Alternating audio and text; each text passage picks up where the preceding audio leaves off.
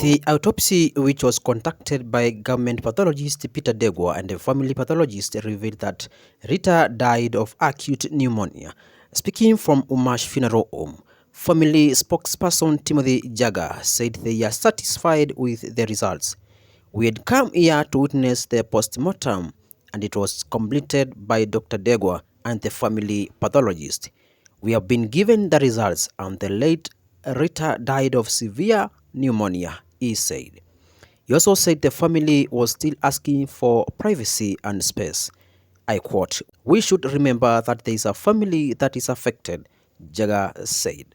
"We thank the media fraternity for their good words towards our sister and a friend."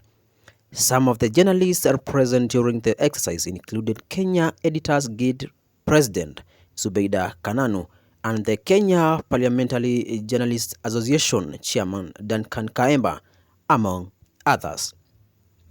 The scribe, who worked as an output producer for broadcast platforms at the Nation Media Group, died on Sunday, March 17, 2024.